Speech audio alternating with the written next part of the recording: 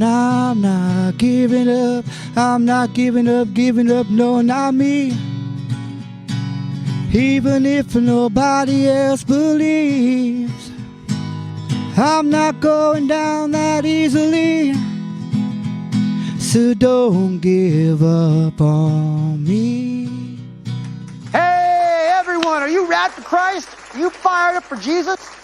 All right, everyone, welcome back to Radical Christianity, the show where we highlight God in action. I'm your host, Drew, and we are blessed to have you here with us today.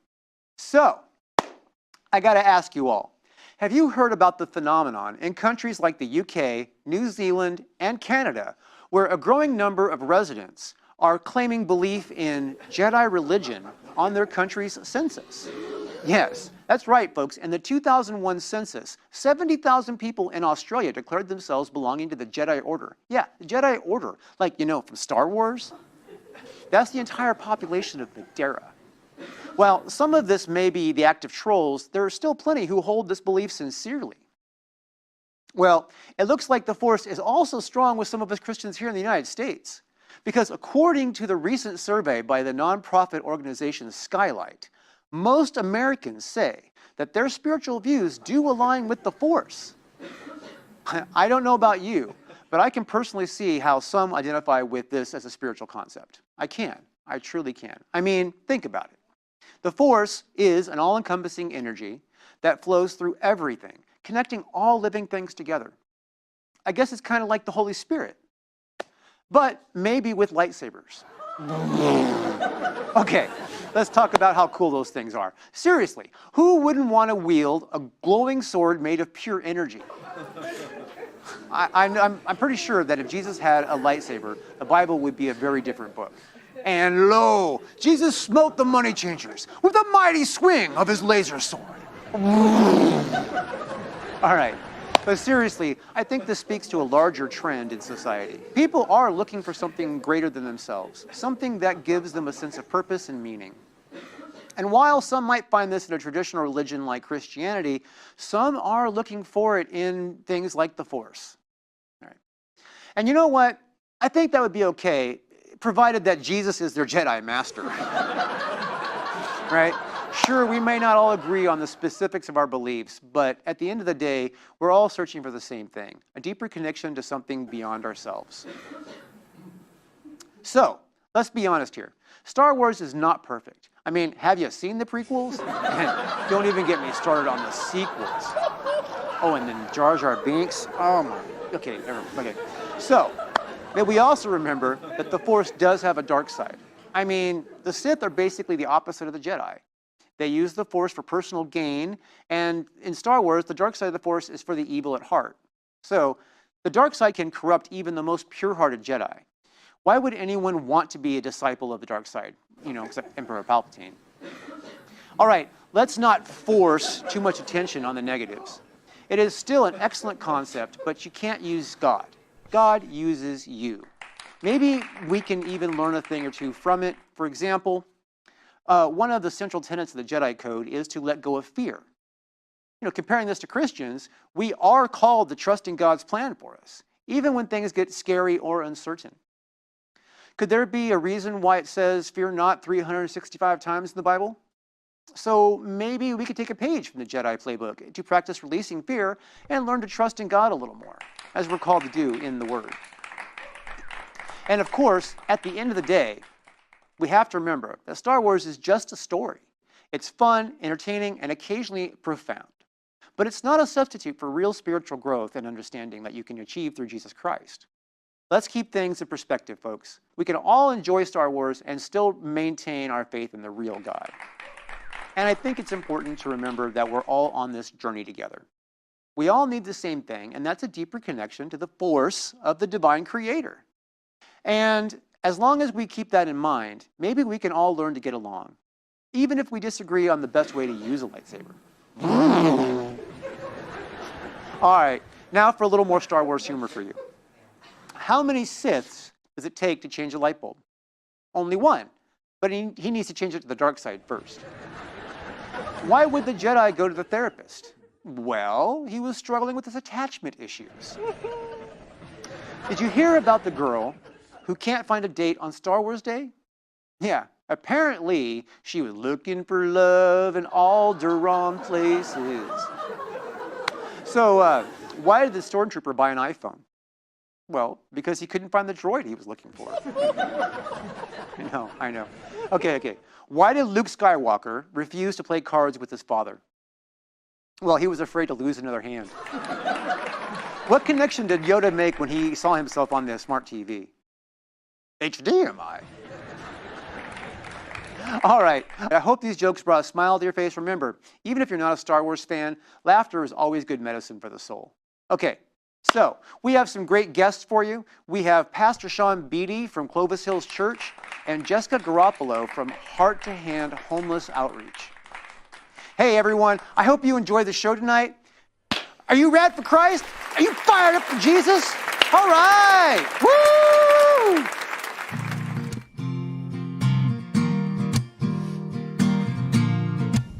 Ladies and gentlemen, I am super excited for this guest. This guest is really a good friend of mine, and he's the pastor of my church. So everyone, a really, really, really amazing, warm welcome for Pastor Shawn Beaty. Hey, how are you doing, buddy? Good to see you. Good to see you. Oh, this is nice, man. You like this? It's fun to finally be on this. You know, how long have I been talking about this show? It's been a couple years, I think, and, and I've watched just about every episode now. Oh, awesome. So I'm catching up. So you're prepared? Yeah, well, I don't know about that, but I'm catching up. Excellent. So the routine here is basically we start off with your testimony. Okay. And your testimony is, again, a little unique because you have the punk band experience. Yeah. And how that all came into becoming a pastor. So I think our audience would be really interested in hearing that. Yeah, I can tell that story. So I didn't grow up in a home that went to church or anything like that, but my neighbors started taking me to church as a little kid, and I became a follower of Jesus as a little kid, but didn't really understand what that meant. But the church I went to, they gave me candy to memorize Bible verses, so they were just really planting it in me. And it wasn't until I was older, I was a teenage, my later teens, my senior year of high school, I got real serious about my faith. And I remember I had a friend that invited me to go see a punk show. And at this time, youth groups, it was really big. And give up secular music. It's of the devil. Don't listen to that stuff. And, we had a night where I brought all my tapes and records, Metallica and Minor Threat, and I had a bunch of reggae albums and, all my metal and punk stuff, and burned them all, right? Oh.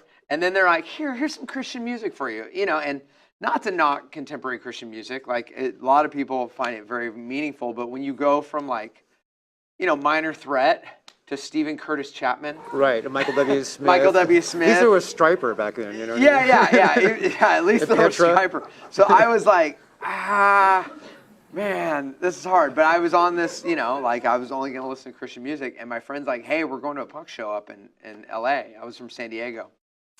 And I was like, yeah, you guys know I don't do that anymore. And he goes, no, the band opening is a Christian band. And I was like, what? He's like, yeah, they're from Fresno. They're called The Crucified. So I walk into this club, and they're from Madera, California. Mm-hmm. This band called The Crucified, and they blew my mind.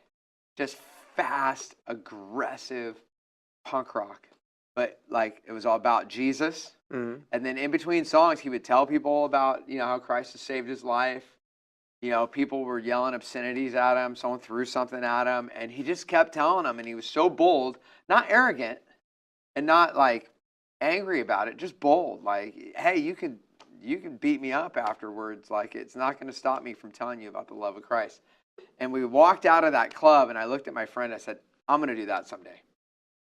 That's what I'm going to start a band like that. I never knew there was music like that, ever, anything like that. So ended up getting into the music scene in my city in San Diego. Ended up joining a band called Dogwood. We signed a record deal, went on the road, did all that. Was negotiating a 5-album deal with Atlantic Records. That was a big deal. at the time, and that was when I knew I was supposed to be a pastor. And the guys in the band kind of called me on it because we had turned down the record deal and we were going to go with another indie label. And they said, "But when are you going to be a pastor?" And that night, I just remember I was like, you know what? You're right. You're right. That's my calling, and I need to do that. So I quit the band that night. We had 4 or 5 dates already secured. So I said, I'll play those, and then you guys can find my replacement.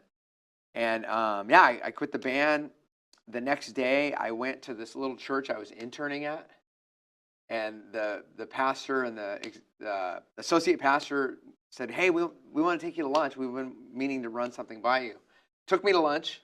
They said, "Hey, we know that your music career is skyrocketing right now. Like it's taking off. It's about, it's going really well. And but we want you to pray about a big life change. We really believe God's call is on your life and you're supposed to be a pastor. We want you to pray about leaving all of that and stepping into ministry full time." And I was like, "Yeah, let's do that." And they were like, No, this is a big life decision. We don't want you to regret this. Like, you need to really pray about it. And then I told them my story that I had quit last night and had decided, no, I'm supposed to do this. And you guys inviting me into this is just another sign from God that I'm supposed to, if that makes sense. So that's kind of my calling out of punk rockness into pastoral ministry. And I've always kind of been like that kind of punk, edgy, anti-establishment pastor, even though I'm part of the establishment now, which is sometimes grating. Yeah, I can understand. But You know? the establishment did adjust itself a little bit. Yeah. You know? Exactly. I mean, because if the establishment was still the way it was, you would still be way super edgy. Yeah. And I can be edgy for a person in my position for some people, I think. So, Yeah. but Well, it's yeah, all right. for a lot of people. Yeah. Yeah, it's funny because I don't know, but Clovis Hills is the church I go to. If you guys have been paying attention, and it's actually now the Hills, right? It's both. So we have campuses that aren't in Fresno or aren't in Clovis. So those campuses we call the Hills. We have a large online church. A lot of people watch online. That's called the Hills. But the two campuses that are in Clovis, we call them Clovis Hills, if that makes sense. Okay, yeah, it does. I mean, they're in Clovis. Yeah. It's funny that neither of them are on a hill, but No, yeah, it's in a valley. It's very flat. It's funny because when I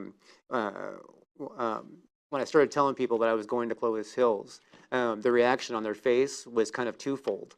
First, they'd be like, "Oh, really? But wait, it's probably a good church for you." That makes sense. Yeah, exactly. Yeah. So that's cool. We kind of got that moniker that we're the church for people that don't like going to church. Right? Isn't that like Steve's motto when he started the church or something? He was the first year they entered a float in the Clovis Christmas parade, and he had no idea what they were doing. So some of the volunteers put a float together.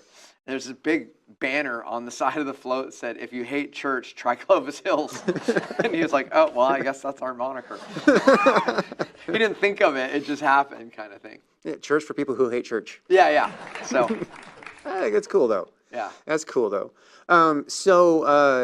Tell me a couple of really amazing things that you've actually witnessed since coming to Clovis Hills. Oh, wow. I've seen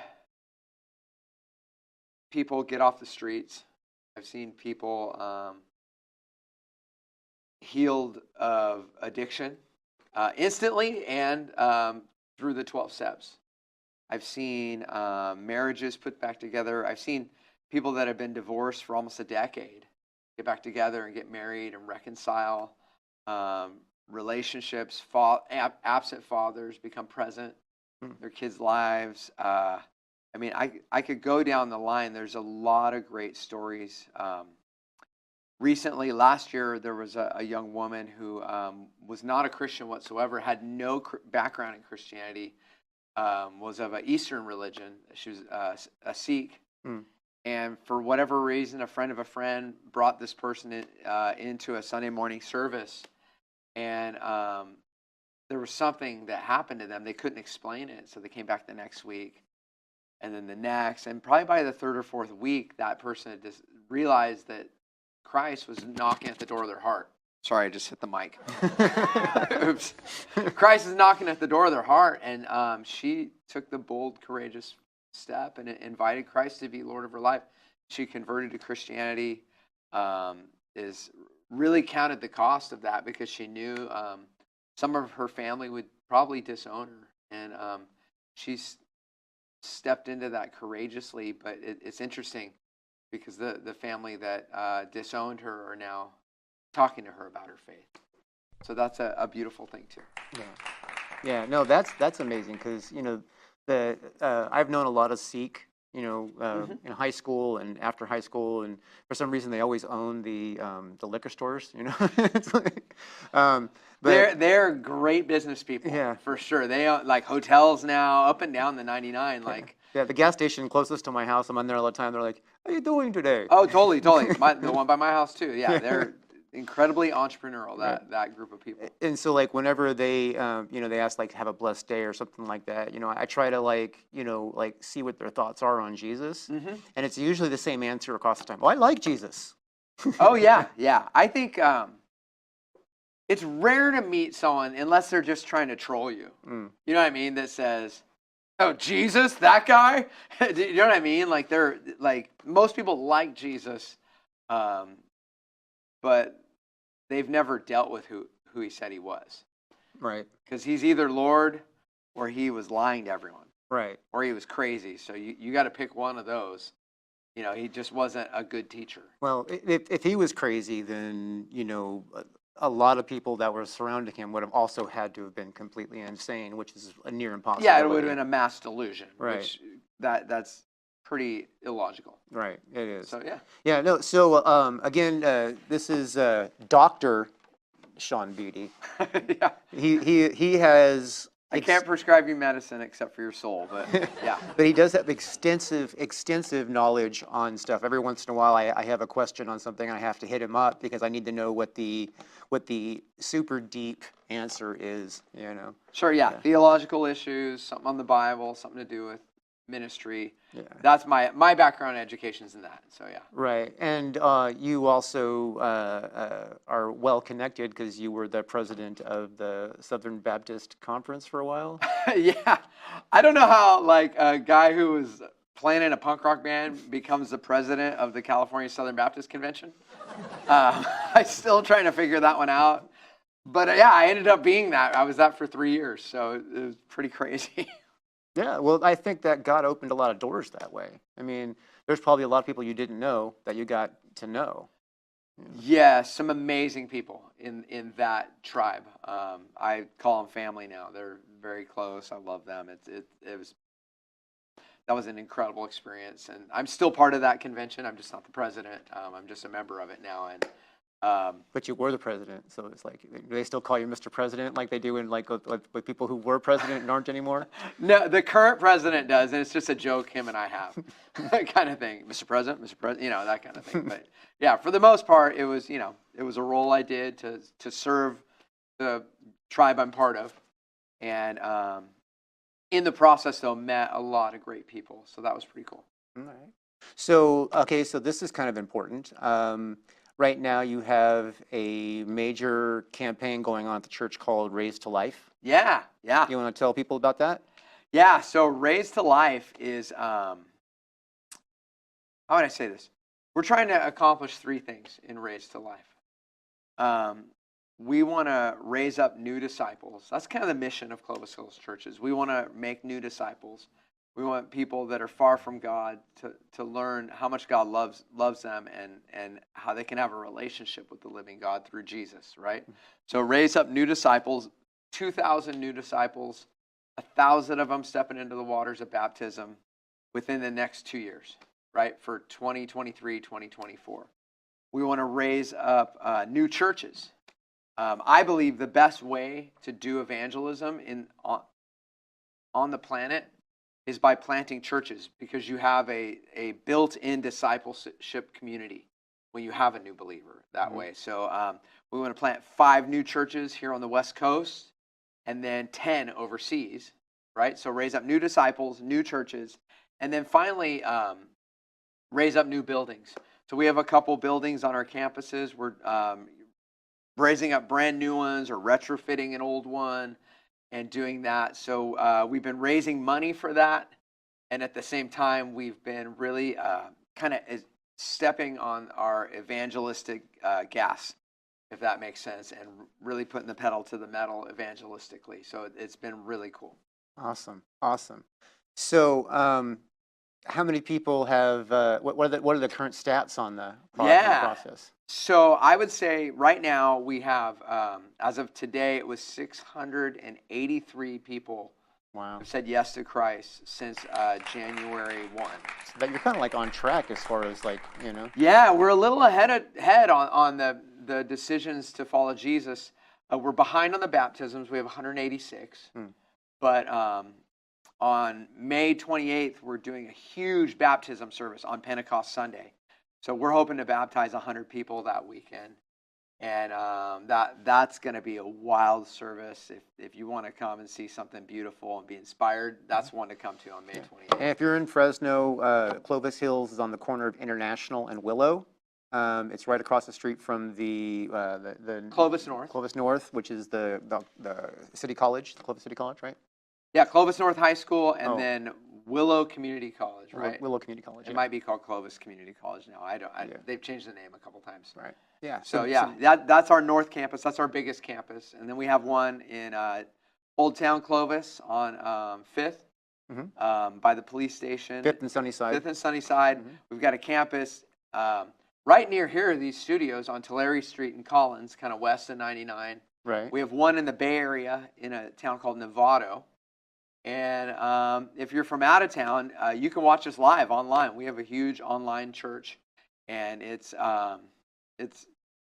really cool. I meet people from all over the world. Actually, it's okay to watch online because I tend to also because I can stay in my pajamas. That's right. You don't even have to put pants on to go to church. It's amazing. It's awesome.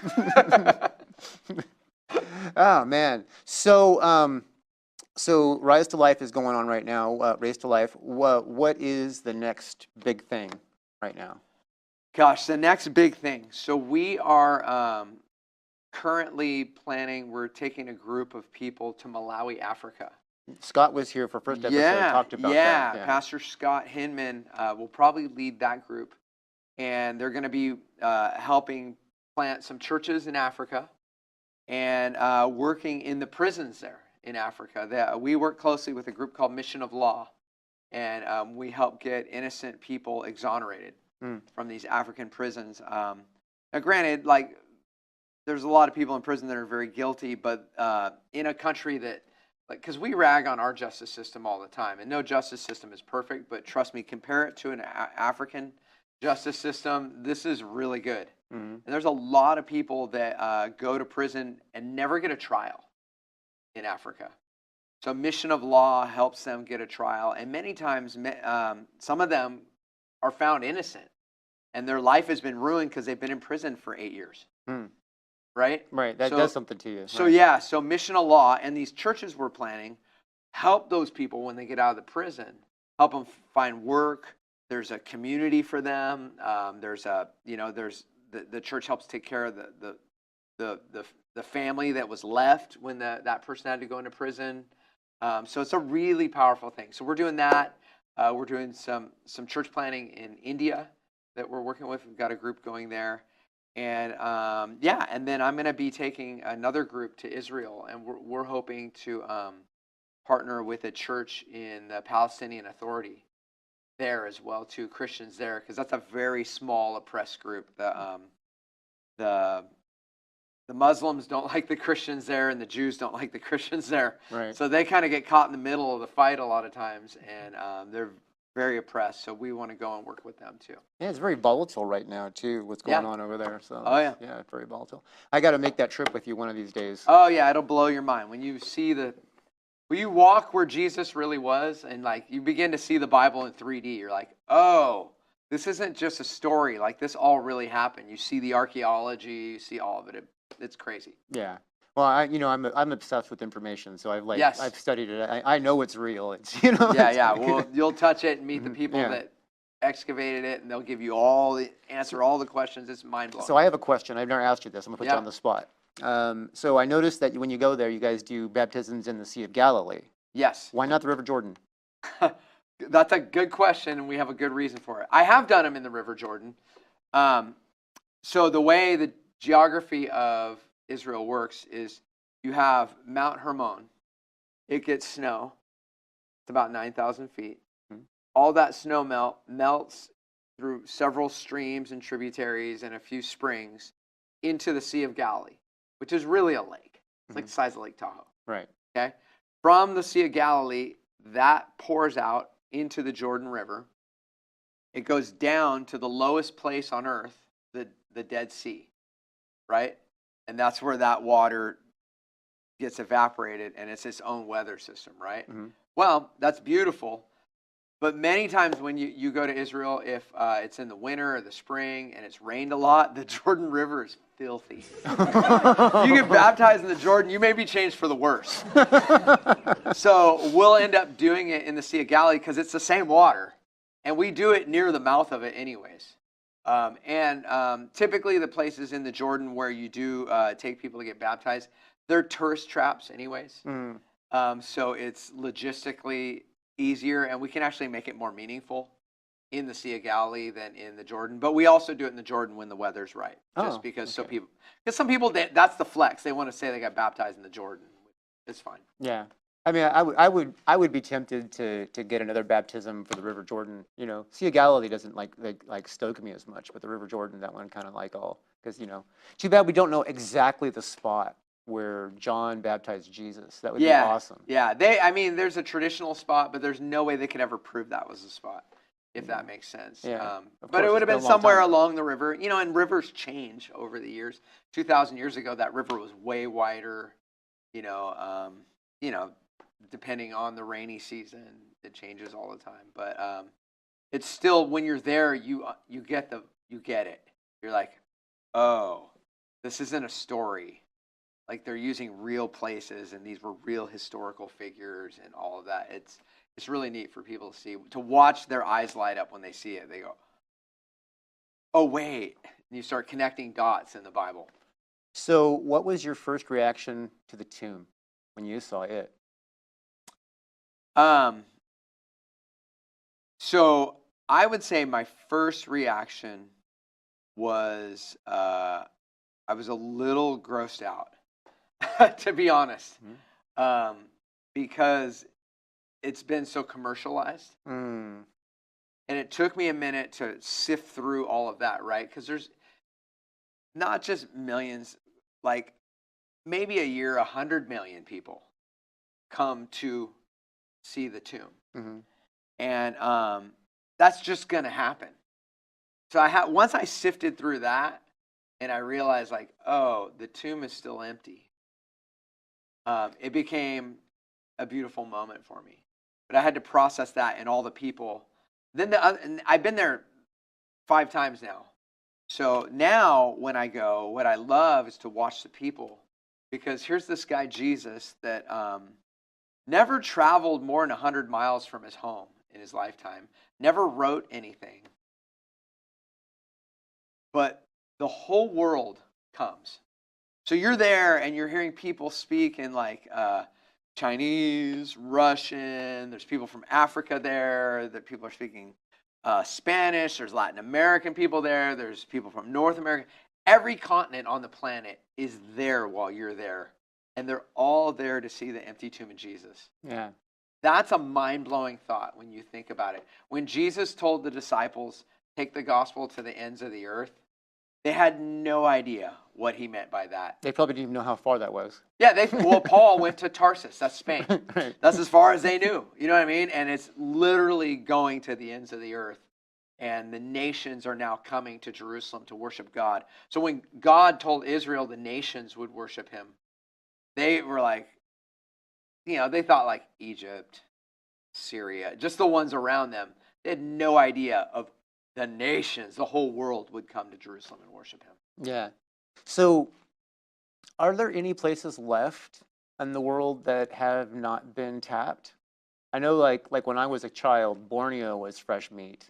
You know what I mean? But There are. I have a great story. I was just with Rick Warren, which he wrote The Purpose-Driven Life, which is the best-selling book of all times next to the Bible, right?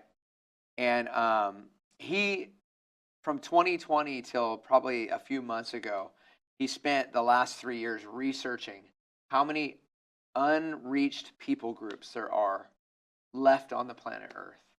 And he's worked with 30 or 40 missions groups to kind of get an approximate that it's somewhere in the high 2000s. really, Of language groups that don't have either a Bible or a church, if that makes sense. A presence of Christ in their midst. And he was telling me he is dedicating the next 10 years of his life, because he just retired from pastoring Saddleback. oh really? Yeah, he's dedicating the next 10 years of his life and all his influence to, he's calling it finish the task. He goes, and so far we've brought together 40-something different major missions organizations to strategically look at these unreached groups. And, okay, who's going to take this group? Who's going to take this tribe that's in Papua New Guinea? Who's going to take this tribe that's in South America? Who's going to take this African tribe that doesn't have a gospel presence yet? And they're going to try and divvy those up and spend the next 10 years trying to take the gospel to every unreached group. That's a mind-blowing, endeavor. That's super huge. I mean, that's bigger than I can't even what's the brain fog or something. What did they call it when you would join after high school before college, and it'd be basically missions work, but it wasn't always Christian missions work. Oh, like Peace Corps? Peace Corps. Yeah. That's, I don't know why I was struggling on That's that. because neither of us did Peace Corps. Right. But yeah, so it's like Peace Corps was like the hugest commercial outreach of what you would call the of what you modern influence. Yeah, doing good works around the world. Right, and trying to establish relationships and get people out of living in their own filth. Yeah, and it was meant for American diplomacy to keep America's good name in the world. Oops. That didn't work, but they don't do it anymore. Yeah. We need more, I guess. But yeah, it would be similar to that. Like he's trying to organize people that way. And it sounds crazy to the average person, but I was reminded as he was telling me what he was doing. I remember 10, 15 years ago when he unveiled at Saddleback Church the peace plan, where he said our church is going to do a missions trip in every country on the planet over the next 10 years. And we're going to establish medical clinics. And, he had this huge vision. And I thought back then, I'm like, this guy's drinking his own Kool-Aid. That's too big. No way a church could do that. And he said he was going to do it in 10 years. And in 10 years, Saddleback did do it. God used Saddleback to accomplish all that was in that peace plan. So I was like, well, I'm not doubting again. You know what I mean? So I'm excited to see how it unfolds. And clearly our church will participate in any way we can. We're just, a church in the Central Valley. We're not any major missions organization, but we're going to be part of it. The Central Valley does have a high concentration of churches. Yeah. No, there's a lot of churches. So. Yeah. All right, Shawn, thank you so much for coming on the show. Man. I am grateful you're my friend and also my pastor. All right, thanks.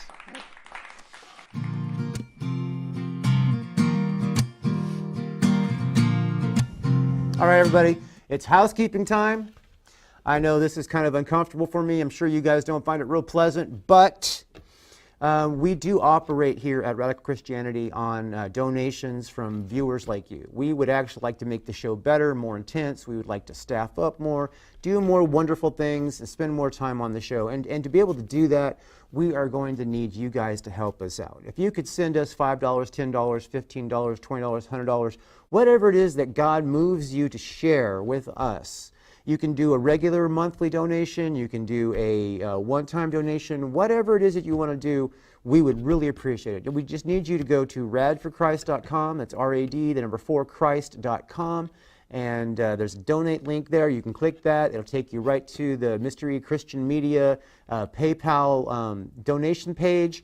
And you just drop down, select Radical Christianity. If you want to focus on Radical Christianity, if you just want to donate to the ministry at whole, you can select General. You can select any of the ministries that is part of the, any of the projects as part of the Mystery Christian Media Ministry.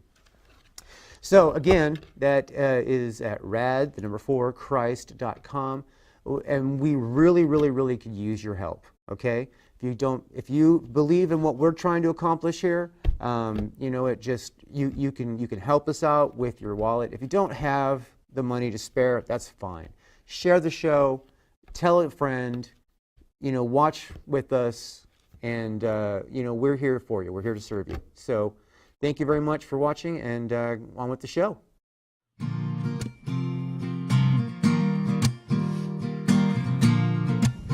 Ladies and gentlemen, we have a guest ready for you that you're going to love. This lady is doing big things in the community. She has a nonprofit called Hearts to Hands Mobile Homeless Ministry. I can't wait for you guys to hear all about it. Ladies and gentlemen, give a warm welcome to Jeska Garofalo. Good to see you too. All right, so welcome to Radical Christianity. Hey, thanks. Yeah. The way we do things here, basically, we kind of start with your testimony, you know, like how you found Jesus, and you know, and then we kind of switch that into how that works into your ministry. So. Oh, cool. Yeah. Okay. Yeah. Wow. I accepted Christ when I was 16. I was in a relationship, and his family was strong in their relationship with Jesus, so they shared it with me. And so as I learned more about him, I had also made some rough decisions, some poor decisions. And so I got in a fight in high school. And so I beat the girl up. And so all the administration came over, and like, since it was like 300 people or like a crowd, they had me, I had to go to juvenile hall and Clovis, and like they booked me, and I had to do community service. I grew up in a military family, so my mom was like, give it all to her. She's getting all of it. And so I had to do community service Saturday, you know. So I went, and let's see, I think the first day it was like scrubbing the fence, like graffiti off the fence at Fowler, Clovis and Ashland, and that's like my neighborhood.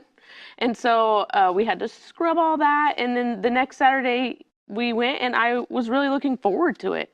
And so like I fell in love with like my community service, and I did it for like 12 weeks or whatever. I don't know, it was a long time ago, but I just fell in love with the community when I got in trouble. And so that just kind of like, I think, started the process of just doing God's work in our community. Okay.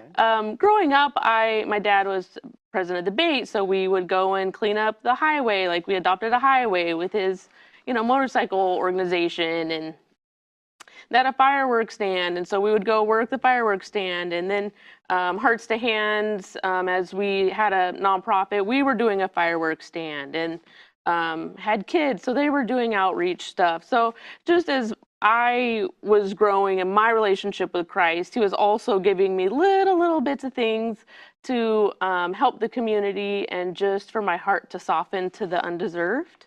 And so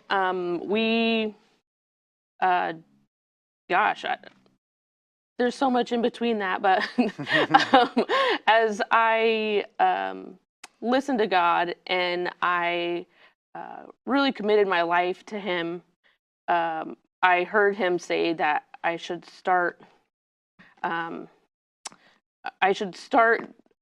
doing stuff like with an RV. So like showering the homeless. And so then we didn't have any money, so I was like, oh man, like, how's this gonna work out, like, for an RV? So then we just started doing everything out of the back of my car. And so we would get tubs and stuff and fill all the tubs with clothes and shoes and resources. And I would have a friend like, hey, you want to do this? And we'd be like, yeah, sure. So we all hop in, and it just kind of like grew into Hearts to Hands. And then we became a nonprofit, and we just have been moving further and further into now an RV and fundraising and events, and just having others join us. And with others joining us, I've really seen God work not only in like our volunteers, but just in everything, really, like how to help our homeless, how to meet them where they're at, how to get resources for them, how to get housing, and just to really love them right where they're at, really. Yeah. Well, here we are. So, what do you think? Like, so give me an example of like your interactions with the homeless. Like, what's a standard interaction? Yeah, so we do outreach 3 days a week now, and one location, like these last 6 weeks, we've been at Van Ness and Belmont. And so with Van Ness and Belmont, we all pile in the RV and we drive to a location, and we pull up. There's another organization that meets with us, and they bring food to us. Then there's another gentleman who like came into our life, you know, like network. And so he makes food for us, and we financially donate to him so he can create that food each week. And we just post up and build relationships with our homeless friends that are in that area. And so at this point, a few have accepted Christ, a few are ready to be baptized, a few are teaching us, you know, or me, you know, like 12 steps to AA, because that's what they're working, and they're integrating that into their relationship with Christ also. So it's kind of meeting them where they're at, if they need clothes and food and prayer, and just really meeting them where they're at, not only at the outreach, but other parts of their life, you know, 9 a.m. and 3 p.m. and just loving them where they're at. Okay. So you have an RV now. You started out of the back of your car. Now you have an RV. Mm-hmm. Is the RV just loaded down with stuff, or? The RV doesn't stick out in downtown Fresno, so it's not really fancy. But people have come alongside us and have helped us like donate flooring, and it's all been on donations, and I've been super grateful, because without the community donations, then we wouldn't have the flooring, and we needed a generator, so somebody donated a generator and a hot water heater, and so now there's warm showers. And it's just amazing how they can, you know, come in and take a shower and look so different when they walked in versus when they walked out. And it's just life-changing. It's physically, emotionally, and spiritually changing. Okay. You know? So do you have like prerequisites when you like, you know, I mean, or do you just like find somebody on the street and, you know, reach out? Or? We park it. So like we'll park the RV and we'll pull out chairs and, you know, let the aroma of food. God did not create me to cook. So I did a lot of praying for like, hey, is there somebody, you know, you could bring me that, you know, loves Jesus, like, you know, me asking, that loves Jesus and is interested in cooking, and that's their gift. And so Anthony has joined us, and so, you know, once you have some hamburgers, smells flowing, and the RV and some good, you know, music, and just looks kind of pretty family oriented, which we are. So do you park in the same place every time, or? And I kind of go with discernment. So we've been somewhere for about 6 weeks now, and God was like, okay, time to move. And so this next week we're going to a different place in G Street, and so it's just different. Where God calls us to go is where I go. Okay. So tell me something that you've seen. You know, I mean, obviously you've seen lives change, and like, has anybody that you've worked with like complete turnaround and maybe joined the team, or? Yeah. So you know, 4 years in, it's really neat to see somebody come forward and just need somebody to hear them and to love on them. So, you know, it usually starts with like, hey, you need shoes. cool. Okay. Do you, have, you need an ID? Yeah, we need an ID. Okay, so let's hang out on Thursday. We'll pick you up where you're at. We'll drive you to get your ID. And, then we hang out for 4 or 5 hours together because we're, at an organization. And then from that organization, we go to DMV and, it's a whole process. And then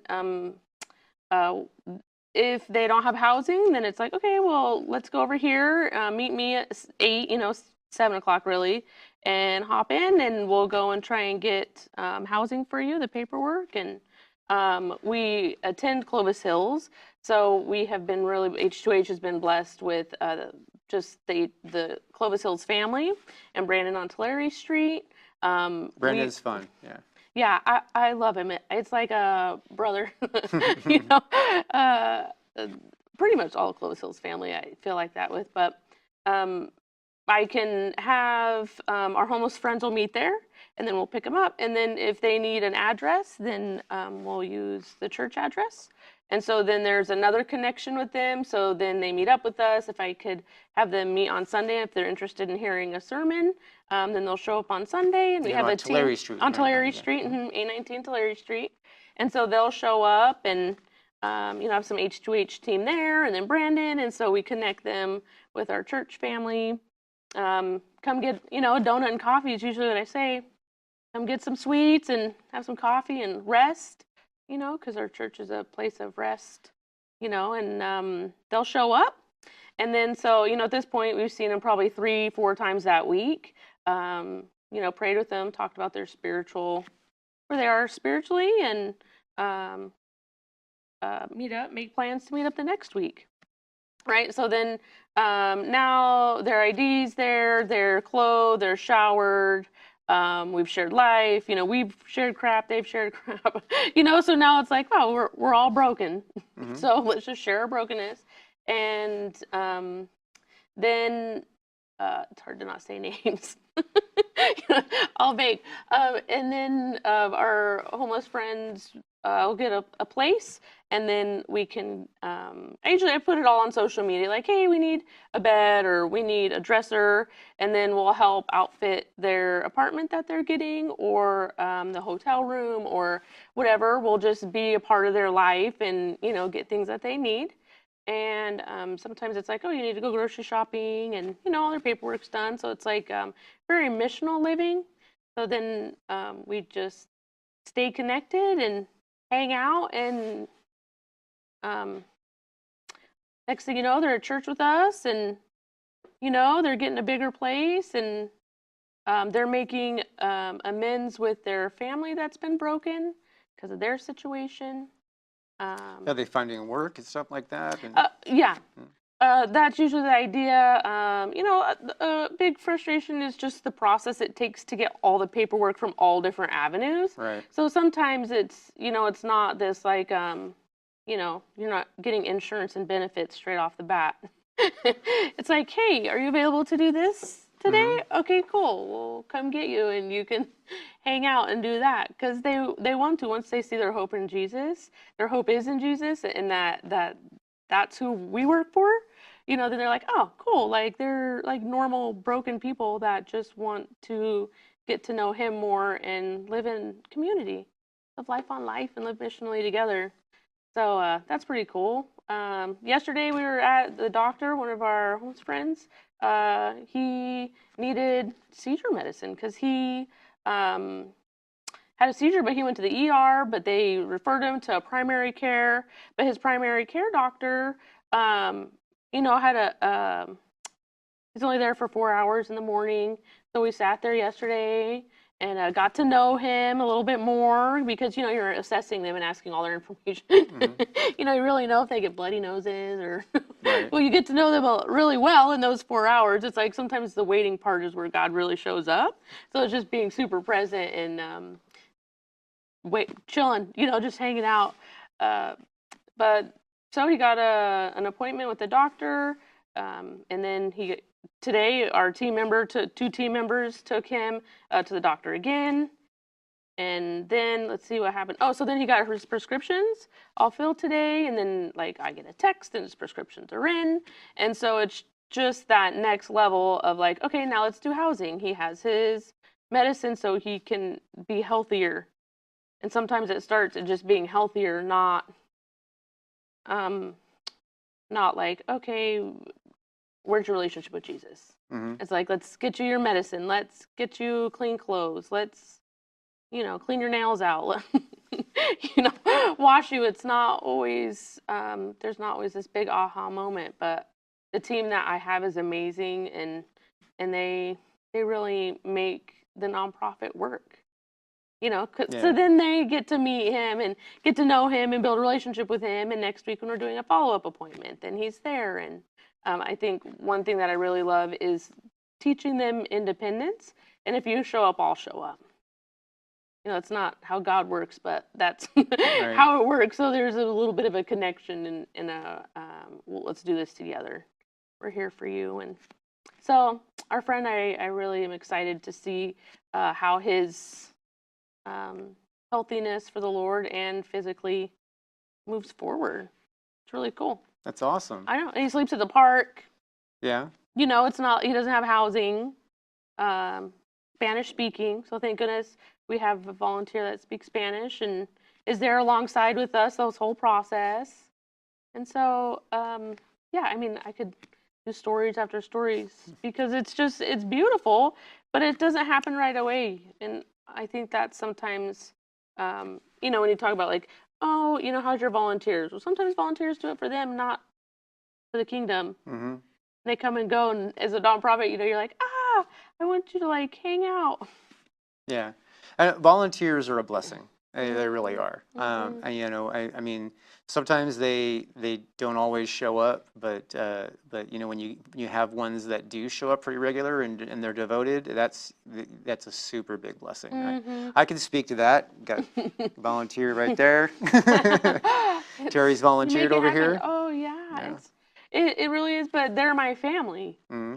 They're Jeska's. They're my family, and it's just beautiful. I'm really grateful every day that God called me to do this. I mean, sometimes, I'm sitting there sorting socks. We have a storage unit, and I'm like, really, God, like, this is where you have me, like, sorting socks. But it is, and there's, all parts of it, and I just really want to have, the community and my volunteers know that, 10 minutes, 20 minutes, 3 hours makes a huge difference in somebody's life.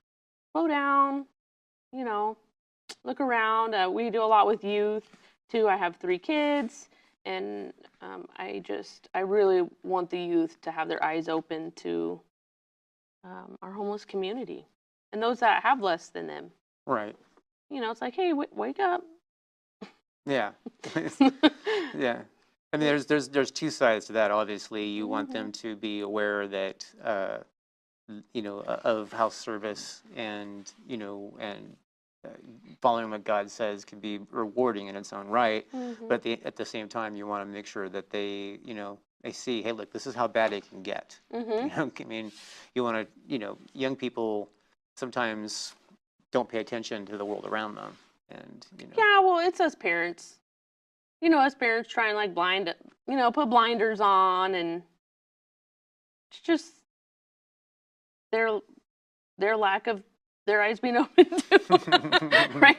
They can join too. Come on out, join the outreach. But it's really cool. Like God really has us show up for Him. And it's really made a lot of difference.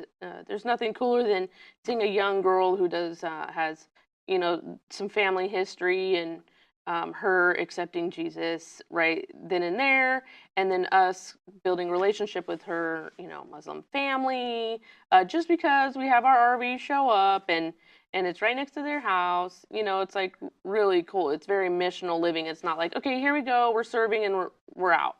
It's seeped much more into every day and all day, all the time. And seeing her be excited for us to roll up and, be like, hey, how's it going? And my grandma would like this. And okay, let's do that. Let's help. You guys need your fence put up, or do you guys need groceries? What do you need? Because it goes more into just rolling up and standing right here. It's like, I want to know you guys. Like, I want to know your struggles and how we can not only share Jesus with you, but help you. Yeah, I mean, you have to like earn the right to share Jesus. Yeah, I mean, you can't just show up and be like, "Oh, okay, here's some food. Now, let me tell you about Jesus." Oh yeah. I really, all my volunteers are pretty good at just like being who they are, and that's what I really ask them. Just be who you are, and God, because God lives in you, it'll show. Right. And they'll ask if they need and stuff. So really cool. Yeah, we do events. We had a fireworks stand for like two years ago. And so financially that helped us a lot. Now it's just like on donations and online. Man, obviously you have volunteers. So it's like, wow, if only I could pay you as a volunteer to do all of this. I really wish I could, because you're really good. But we're just not there yet. Right. No, I Let me just understand. pray for those numbers every single day, because it's like good work, and it's just funding and such to make it grow. I operate a nonprofit. I understand the difficulty of funding. Yeah, it's like, yeah, if only I could have, an admin and all these things. Like, it could grow. We could have a fleet of RVs, and Well, here's the goal. What's the goal? So, I mean, obviously, you just got to pray about that. You know what I Yeah. mean? And God will provide in time. You know what I mean? I have learned to not second guess God. You know what I mean? Right. Because like I'll sit around like, well, God, why haven't you done this yet? Why haven't you done this yet? And it's like, then like, after doing that maybe for a couple of days, I'm like, oh yeah, I'm talking to God and questioning the creator of the universe. Silly me.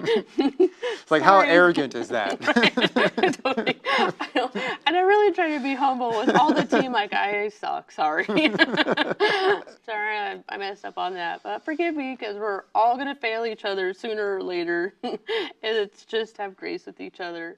But it's pretty cool. Yeah, just seeing people's lives change. And So do you have just a Facebook or a website, or how do people find you? all of them. Okay, so we have Facebook, which is hearts, and it's the number 2, hearts to hands, like our hearts to their hands. I think it's homeless ministry. It's a circle. The logo's on there. It's just a RV tire. Yeah, so it's just a tire because we're mobile, and so that you can see a little bit more. And then on Instagram, it's the same, hearts to hands, number 2, hearts to hands of homeless ministry, and then the website is hearts TWO handsministry.com. Okay. Mm-hmm. All right. Yeah, so, and we're always, we always love volunteers and groups to join us, because I love to have younger kids join us and see how they can help in the community, next generation stuff. Yeah, that must be difficult during the school year, though. Yeah, totally. Yeah. But we just started Saturday outreaches, so that'll be May 20th, which is cool. I've been wanting that. We have a bike ministry in the summertime. That's starting to roll out. And then we do Wednesdays, 9 to 1, meet at Tulare Street. We meet right Clovis Hills, Tulare Street, 819, and we hop in, and some people take cars and back the RV and That's go to our fantastic. new location. Yeah, whatever location we're at that time. Mm-hmm. That is terrific. You know what? I love seeing people that are rad for Christ. You know what I mean? So it's really, you are fired up for Jesus. That's awesome. It's great Thanks to for know having you. us. And Us, and we the whole team. will help spread the word. Oh, that'll be great. Yeah, thanks for having me. And All right. Bless you. Bless and what you're doing. Oh, thank you so much. Yeah, the ministry, so it can grow. Exactly. Thanks for what you do too, because it's hard as a grassroots nonprofit, to get out and about past your social media. Yeah. Yeah. We've been blessed with an audience. which I don't even know where they came from. I just, Amen. but they watch, Amen. you know, and I'm grateful for you guys. Yeah. So, Keep watching. yeah. Go and show up. Okay. Well, thank you so much. Thank you. Okay.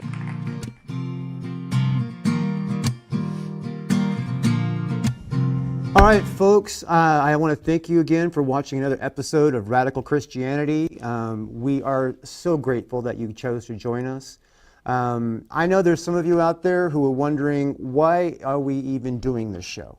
Well, we do this show because there are people out there that really need to know more of what God has going on. That some of the things that God has moving in the world, some of the things that God has changed, some of the way God is impacting stuff, changing lives. There's people out there that need to see this. And somebody out there right now is feeling Jesus knock on their heart. And they feel as though maybe they're ready, but they don't know what to do. Let me just tell you, if you believe in your heart and that Jesus is Lord and the Son of God, and you speak with your mouth that He is Lord, you know, then you are saved. It's simple as that. If you believe in your heart that God raised Him from the dead and that He's the King of Kings and all these things, if you believe that Jesus is what they say He is, what we say He is, and you say it with your mouth that He is Lord, you are saved. It is simple as that. But maybe you want to say a prayer, a little formal prayer. You know, you can just, you know, you don't have to bow your head, you don't have to close your eyes, you can say it out loud, you can say it quiet, however you need to communicate it. It's between you and God, right? And you just say, Jesus, I need you. I want you to come into my life and turn me into the person that you've designed me to be. I want to live my life for you and be more like you.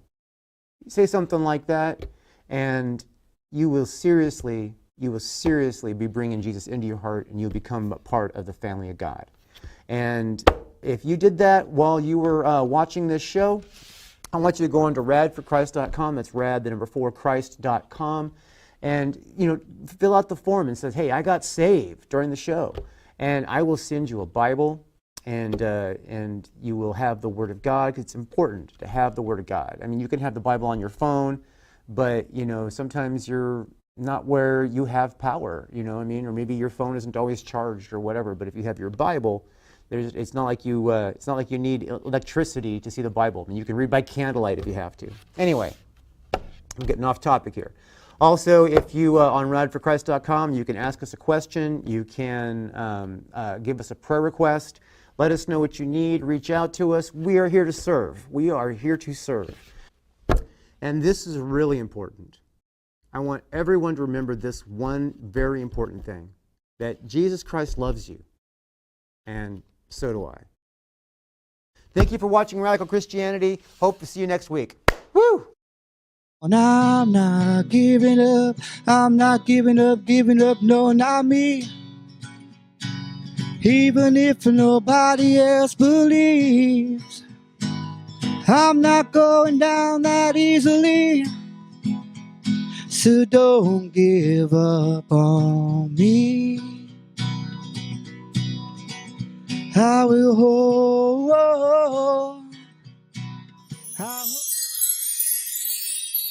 It's a mystery.